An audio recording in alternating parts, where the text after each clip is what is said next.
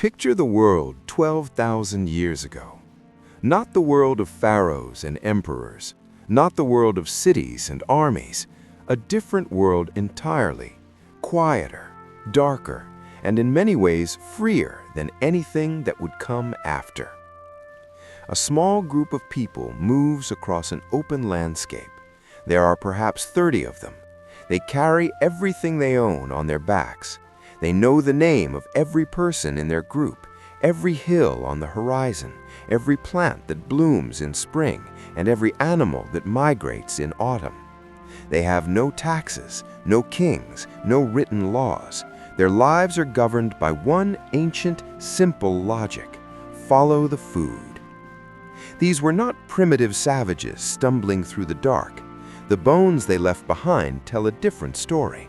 They were tall, taller, in fact, than most Europeans would be for the next 10,000 years. Their skeletons show none of the repetitive stress injuries that would later cripple farmers. They ate a wide variety of plants and animals, keeping their bodies strong and their minds sharp. They were, by almost every biological measure, thriving. For 97% of human history, this was the story. A species brilliantly adapted to the wild world, living in balance with the landscape, free to move, free to leave, free to survive on their own terms. And then, in what amounts to the blink of an eye in geological time, everything changed. Within just a few thousand years, humanity built walls, grew crops, stored grain, invented taxes, created kings, and eventually built the first cities on Earth. The question is not just what happened. The question is why? Why would a healthy, free, mobile species willingly trade that freedom for the back-breaking labor of farming? Why did we stop following the world and start trying to control it? The answer is more complicated and more human than you might expect. This is the story of the birth of civilization, and it begins not with a brilliant invention, but with a climate change that left our ancestors with no other choice. To understand why civilization began, you first have to understand what it replaced. For hundreds of thousands of years, human beings were hunter-gatherers. They moved constantly, following the seasonal rhythms of the natural world. In spring, certain plants would bloom. In autumn, herds would migrate. In winter, the group would move to sheltered ground. There was a deep intelligence to this way of life, not the intelligence of books and universities, but the intelligence of a species that had spent thousands of generations learning how to read the world. One of the most important things to understand about hunter-gatherer society is this: there was no concept of private property, not really. You couldn't store food for long, which meant you couldn't hoard it. And in a world where wealth cannot be accumulated, power cannot be monopolized. If a man became too aggressive, too controlling, too demanding, the group had a simple and effective response. They walked away. In a world with no borders and no fixed property, freedom was measured in the distance between you and anyone who wanted to control you. Anthropologists call this an immediate return economy. Food is hunted or gathered and then consumed. There is no surplus, there is no storage, there is no debt. Because of this, early human societies were remarkably egalitarian, not because people were morally superior, but because the structure of their economy made hierarchy nearly impossible to maintain.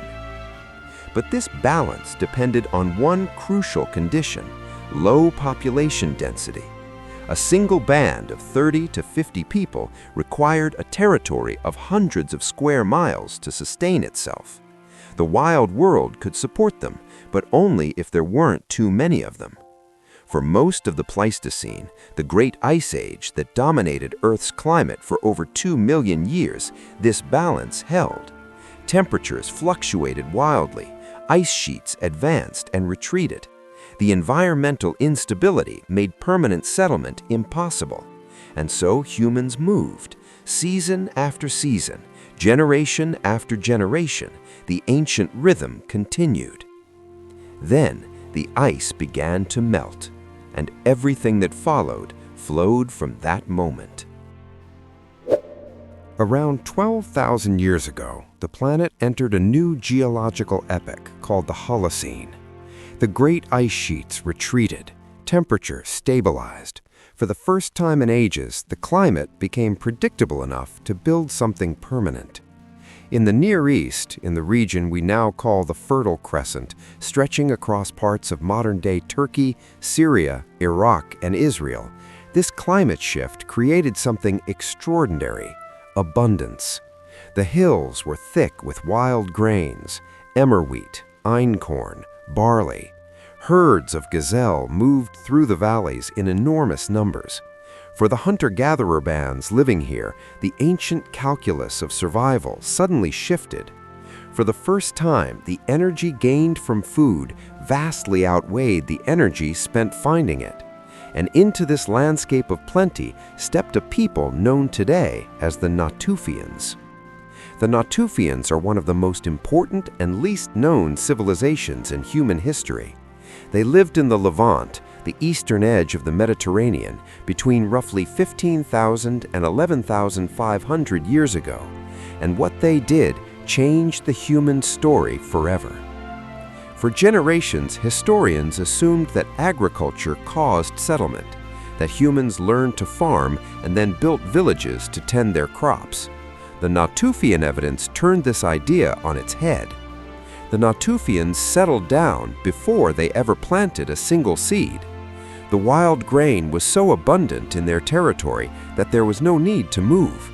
They built permanent circular stone houses, some of the earliest permanent human dwellings ever found. They constructed heavy storage pits and grinding stones that weighed hundreds of pounds. Objects that heavy don't get moved. They are statements of permanence, a declaration: we are staying here. With permanent homes came something new in the human mind, a sense of place. The Natufians began burying their dead beneath the floors of their houses. Think about what that means. You are not just living in a structure, you are living with your ancestors. The land beneath your feet is no longer just ground, it is memory, lineage, and obligation. For the first time in human history, home had meaning beyond shelter. But settlement brought with it a biological chain reaction that nobody could have predicted. In a mobile band, a mother can only carry one infant while traveling. Births are naturally spaced 4 to 5 years apart. In a settled village, that constraint vanishes. Women could bear children every 2 years, and so the population began to grow. Small bands of a few dozen expanded into villages of several hundred. More people, same land. The math was becoming dangerous. And then, just as the Natufians were thriving in their permanent villages, the climate turned against them. Around 10,800 BCE, a sudden and violent climatic reversal struck the northern hemisphere. Massive amounts of glacial meltwater poured into the North Atlantic, disrupting the ocean currents that had been keeping temperatures stable. In a matter of decades, which is essentially overnight in geological terms, the climate in the Levant cooled dramatically. Woodlands retreated, grasslands thinned, the dense stands of wild grain that had made permanent settlement possible began to disappear. Scientists call this event the Younger Dryas. For the Natufians, it was a crisis without precedent. They faced a choice that would define the future of our species. Option 1, abandon the villages, disperse back into the landscape, return to the old ways. But here was the problem. Their population had grown too large.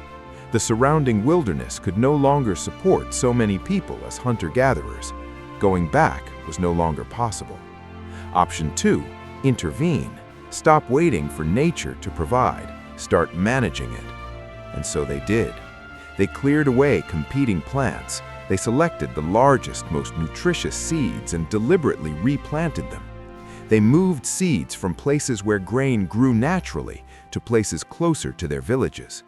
They began altering soil conditions and diverting water to irrigate their crops.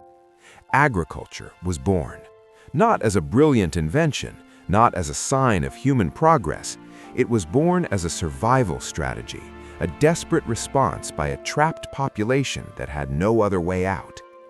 This is one of the most important things to understand about the birth of civilization. Almost none of it was chosen, it was forced.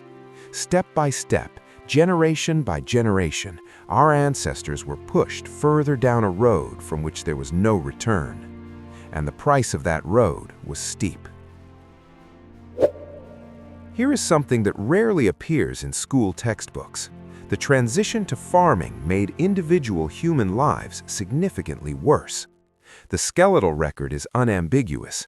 In early farming communities across the Near East, average adult height dropped by several inches compared to the hunter-gatherers who came before. Bones show evidence of chronic malnutrition. Teeth show signs of decay from the high-starch, grain-heavy diet. Women who spent hours each day kneeling at grinding stones developed severe damage to their feet, knees, and lower backs. Joints wore out, spines compressed. The body of a farmer tells the story of a life of grinding, repetitive labor.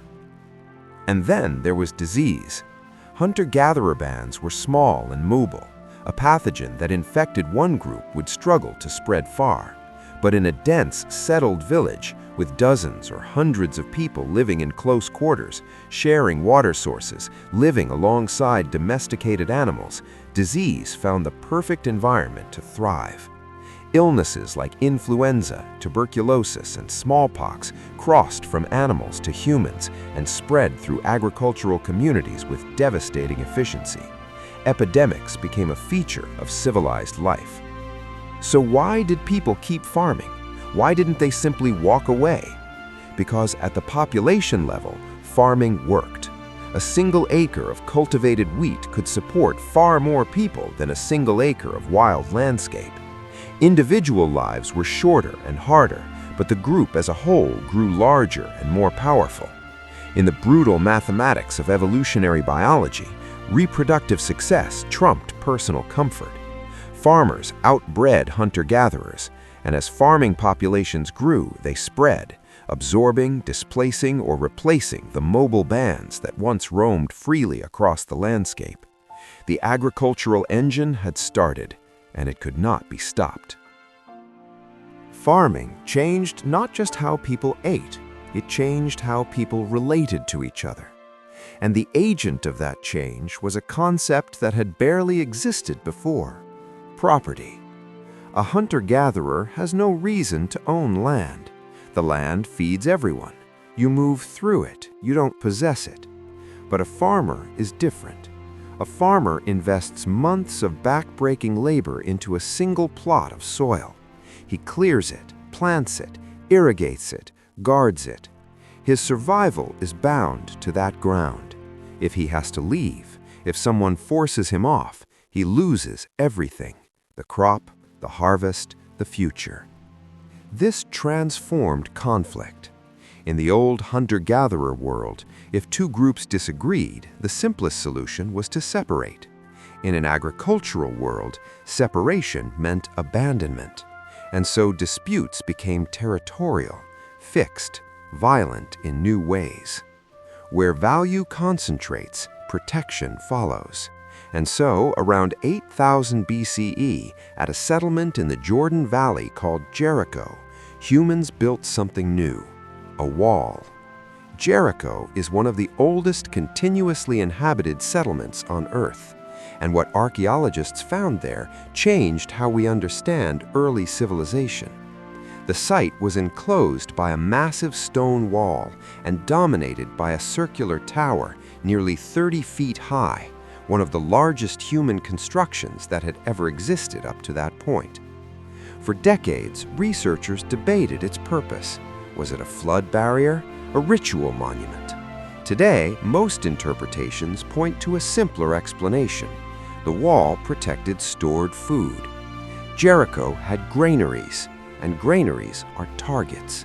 For the first time in human history, Accumulated wealth made communities vulnerable in a new and permanent way. Raiding replaced wandering. Defense became a social institution. And with defense came hierarchy.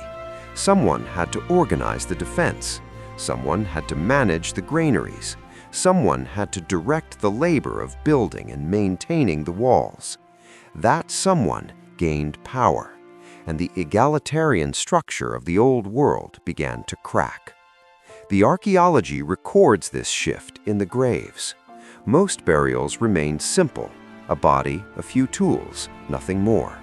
But a small number of graves began to grow elaborate, adorned with materials transported over vast distances: obsidian from Anatolia, turquoise from Sinai, shells from the Mediterranean.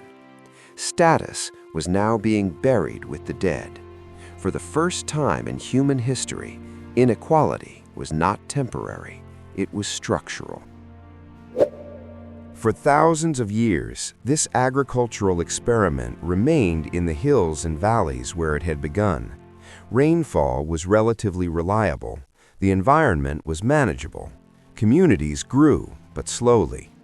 But around 5000 BCE, pressure from growing populations pushed farming communities outward, downward into one of the most hostile environments in the ancient Near East. The broad, flat basin between two great rivers, the Tigris and the Euphrates, a place we now call Mesopotamia, which in ancient Greek means simply the land between the rivers. Mesopotamia, in its natural state, was brutal. Summer temperatures were extreme, rainfall was scarce, the rivers themselves were unpredictable, capable of sudden, catastrophic floods that could erase an entire season's work in an afternoon. The environment oscillated between drought and inundation, with very little in between. Yet beneath these hazards lay something extraordinary. Over thousands of years, the rivers had deposited deep layers of some of the most fertile silt on Earth. If you could control the water, if you could channel it, distribute it, manage it, this land could produce food on a scale that the rain-fed hills could never match.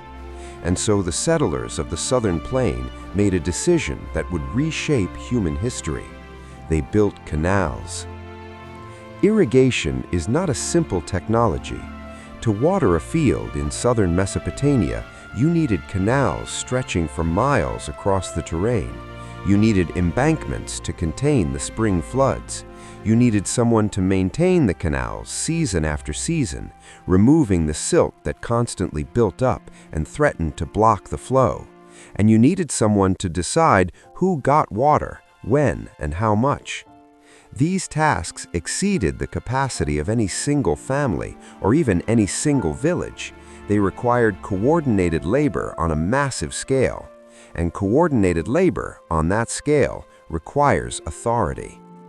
From the necessity of water management, centralized power was born. Those who controlled the flow of water controlled survival itself. Some of these early administrators framed their authority in religious terms, claiming to mediate between human communities and the divine forces that governed the rivers.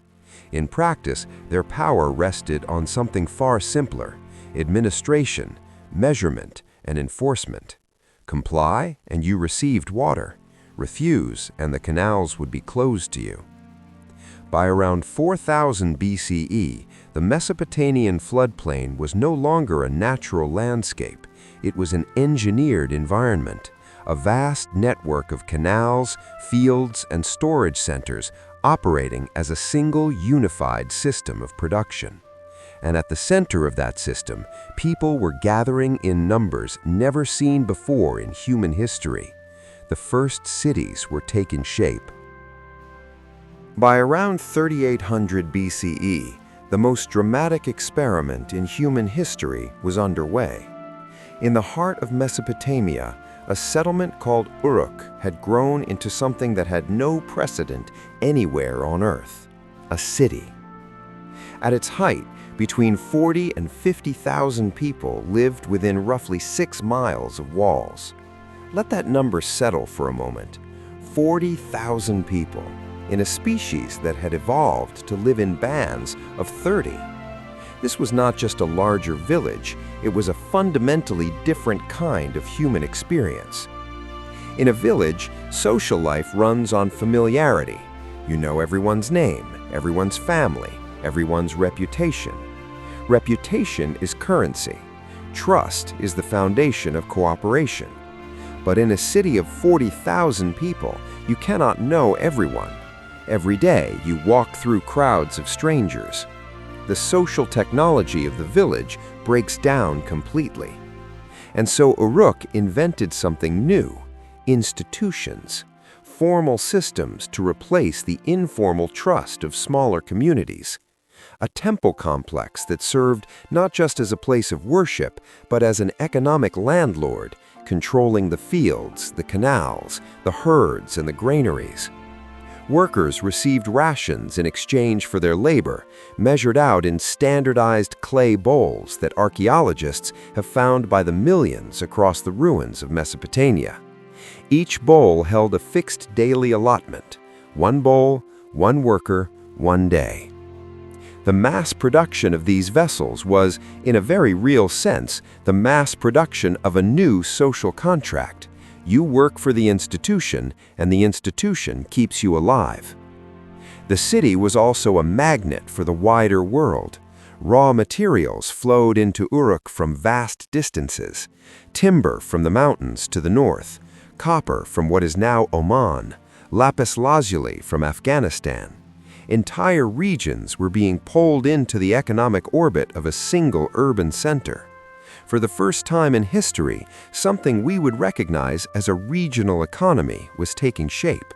But managing all of this required something that human memory alone could not provide: the quantities of grain, the numbers of workers, the debts owed, and the rations distributed. It was too much to hold in any single person's head. And so, from the grinding necessity of administration, humanity invented writing. There was a romantic idea about the invention of writing, that it was born from a desire to record stories, preserve myths, capture the songs of poets. The reality is considerably less poetic. The oldest written documents ever discovered are not stories, they are receipts. The earliest clay tablets from Uruk, dated to around 3200 BCE, contain inventories, tax assessments, and wage distributions. The very first written symbols represent commodities and labor: barley, sheep, units of work. Writing, in its earliest form, was a tool of bureaucracy, a way to record what was owed, what was stored, and what had been distributed. It was, at its origin, the language of the state. But the consequences of this invention extended far beyond accounting. Information, once written, could be stored, retrieved, and verified. Obligations were no longer subject to the limitations of human memory or the distortions of personal recollection. They were fixed in clay, permanent, enforceable. A new kind of power had entered the world, the power of the record. Those who could read and write, the scribes, became a new kind of specialist, not rulers themselves, but indispensable intermediaries between people and the systems that governed them. The city had acquired a memory beyond the human mind, and with that memory came a new and more complete form of control. Production could now be quantified, labor could be tracked, debt could be recorded and enforced across generations. The invisible architecture of civilization was assembling itself, piece by piece, in the clay tablets of ancient Mesopotamia. For a time, the temple dominated Mesopotamian life. The priest-administrator managed the canals, distributed the rations, and maintained the fragile cooperation on which the city depended. But as Mesopotamian cities grew and spread across the floodplain, they began to collide with each other, competing for land, for water rights, for control of trade routes. conflict escalated. The small-scale raids of earlier societies gave way to something more organized and more permanent: armies. And with armies came a new kind of leader, not a priest, but a king. The Sumerian word for king was lugal, literally great man, and the transaction the lugal offered was nakedly simple: protection in exchange for loyalty, labor, and taxes. In a world of organized warfare, security became the most valuable commodity of all, and those who could provide it accumulated power on a scale that no temple administrator had ever wielded. War also transformed the nature of captivity. In the old mobile world, prisoners were a burden, mouths to feed, people to guard. In a city with walls and granaries, prisoners became an asset. Captured enemies were put to work, raising walls, digging canals, harvesting fields. The Sumerian symbol for slave combines the signs for foreigner and human, encoding the logic of conquest directly into language. The infrastructure of early civilization was built, in no small part, on coerced labor. By 2500 BCE, a pattern had emerged across Mesopotamia that would repeat itself across the ancient world. City-states, each with their own king and their own army, locked in cycles of conflict, alliance, and conquest. The age of wandering was over. The age of power had begun.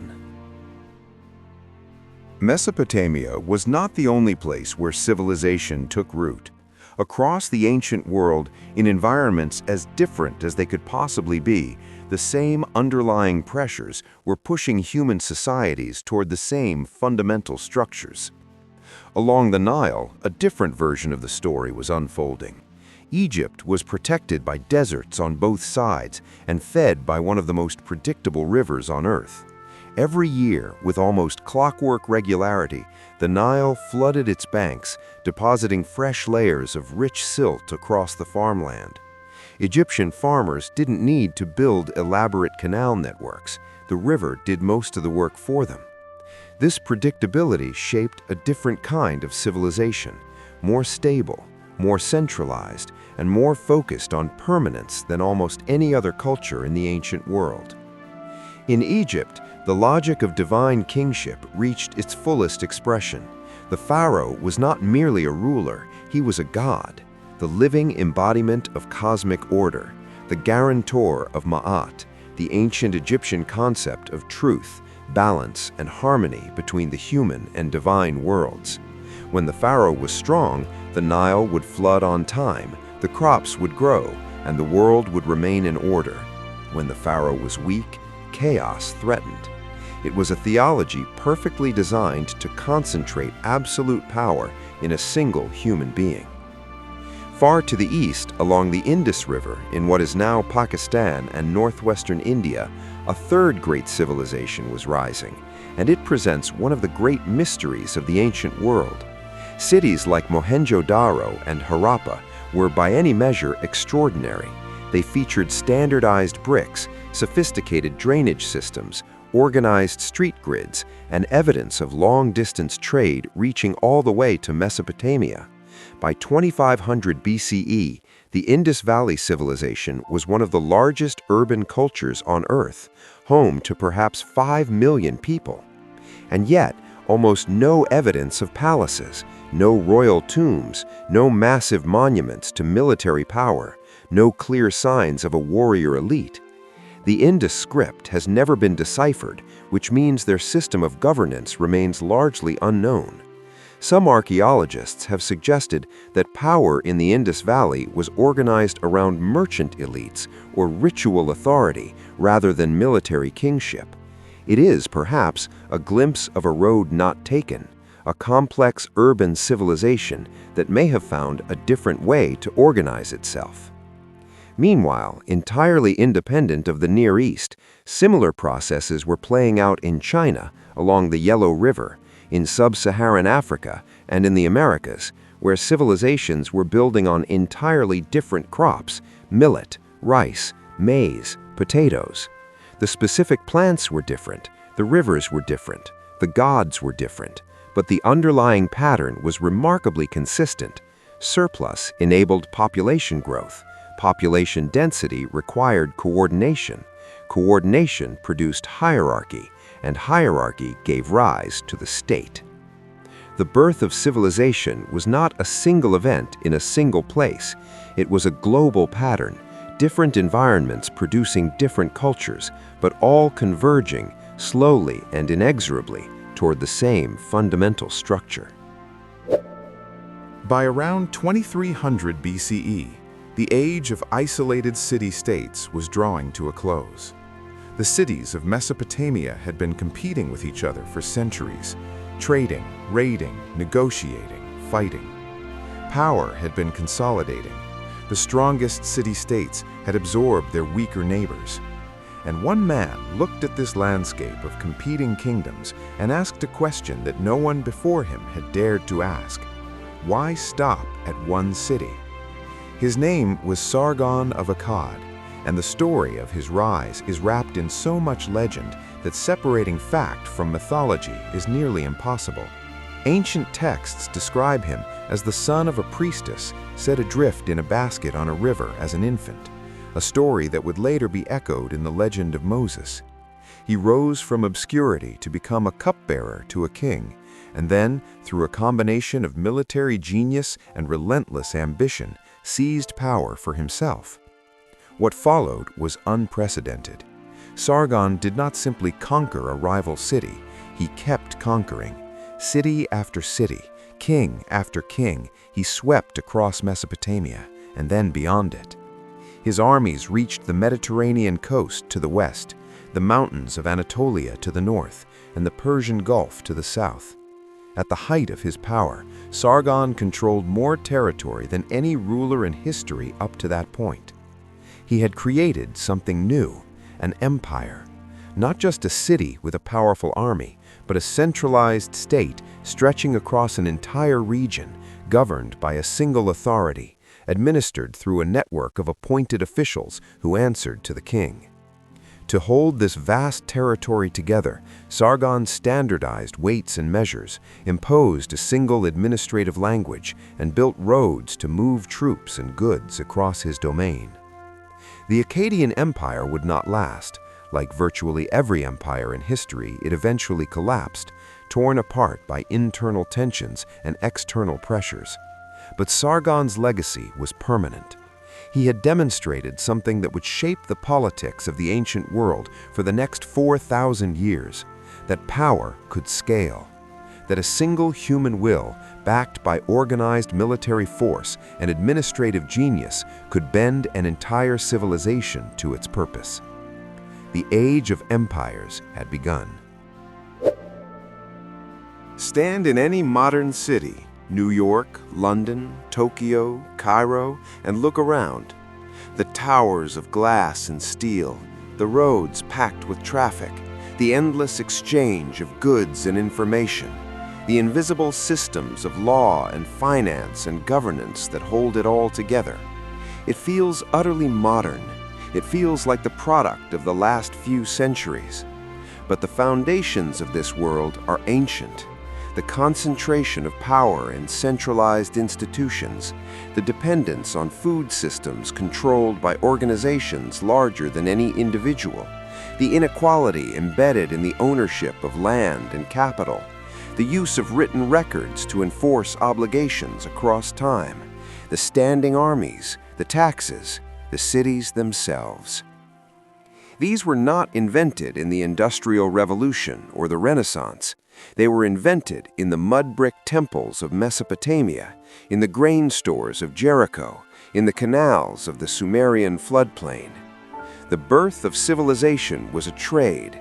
Our ancestors traded the freedom and mobility of the hunter-gatherer world for the productivity, security, and complexity of agricultural society. They gained the ability to coordinate vast populations, preserve knowledge across generations, build structures that outlasted any single human life, and develop the technologies that would eventually take us to the moon and peer into the fabric of the universe itself. But they also accepted new forms of constraint. The farmer is bound to his field in ways the hunter-gatherer never was. The city dweller is dependent on supply chains and institutions that no single person can fully understand or control. The citizen of an empire is subject to the will of a ruler they may never meet. The web of civilization is strong, but it is also a web. You cannot separate the freedom it enables from the entrapment it creates. Perhaps most striking of all is this: none of it was really planned. No one sat down 12,000 years ago and decided to build civilization. The Natufians didn't choose to start farming. They were pushed into it by climate change and population pressure. The architects of Uruk didn't set out to invent bureaucracy. They needed to manage their grain stores. The first kings didn't philosophize about the nature of power. They wanted to protect their people and then to expand their territory. Civilization emerged from the accumulation of countless small decisions made by people trying to survive, trying to protect their families, trying to hold their communities together in the face of a world that was constantly changing around them. And that is perhaps the most profound lesson of this entire story. We did not build civilization. Civilization built us. It reshaped our bodies, our minds, our social instincts, our understanding of time and property and power. The world our ancestors made became the world that made us. We are, all of us, the children of that first impossible leap, the inheritors of a revolution that began in a warming world 12,000 years ago, when a small group of people looked at the landscape around them and decided, or were forced, to stay. The walls they built are still standing. We live inside them now.